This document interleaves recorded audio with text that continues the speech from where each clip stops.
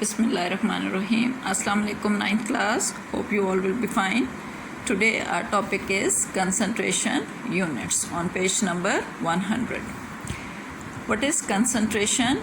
It is the proportion of solute in a solution, or it is a ratio of amount of solute to the amount of solution, or the ratio of amount of solute to the amount of solvent.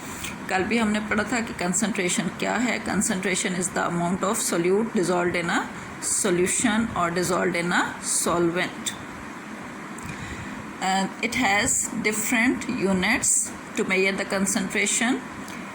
Number one is percentage. It is a unit in which we can measure the concentration of a solution. Percentage unit of concentration refers to the percentage of solute present in a solution. It is a percentage of solute present in a solution, and the percentage of solute can be expressed by mass or by volume. It has four ways to express this. Number one is percentage mass by mass. Mass percentage. Symbolically we can say that percentage m by m. M is mass. This is mass of solute and this is mass of solution. इसके अंदर आपका जो solute होगा उसका भी आप मास लेते हैं, और जो सोल्यूशन बन रहा है उसको भी हम मास में मेजर करते हैं.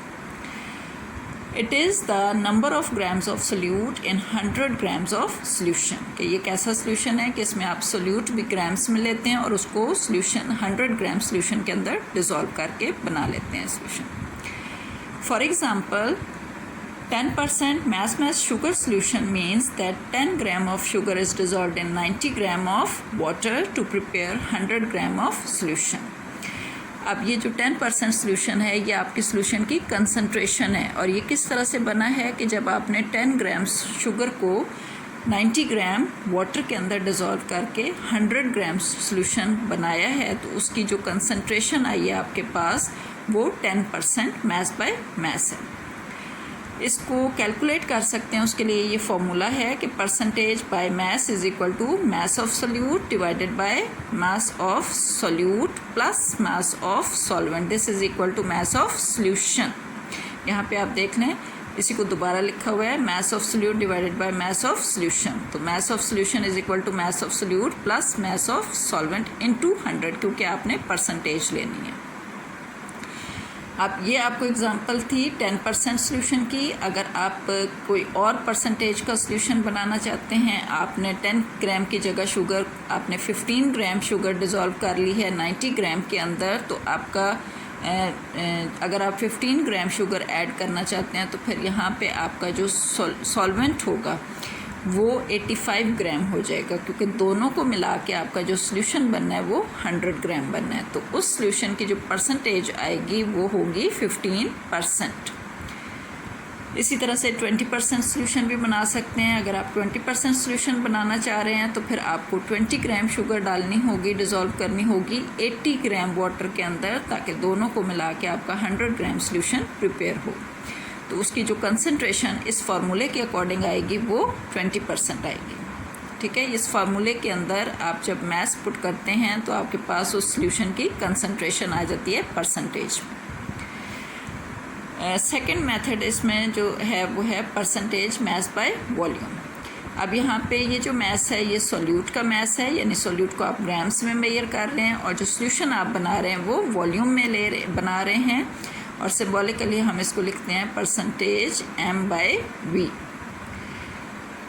It is the number of grams of solute dissolved in 100 cubic centimetre parts by volume of the solution.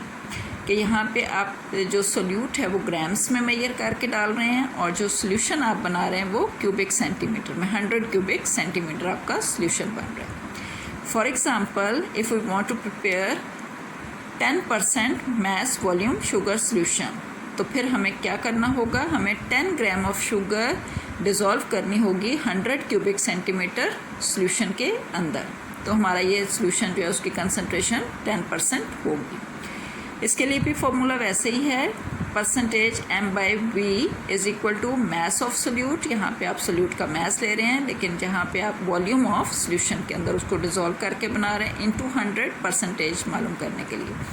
अगर ये वैल्यूज़ आप इधर पुट करें कि 10 ग्राम ऑफ शुगर आप सोल्यूट की जगह और 100 gram of solution 100 cubic centimetre solution, तो आपके पास जो परसेंटेज निकलेगी वो 10% होगी।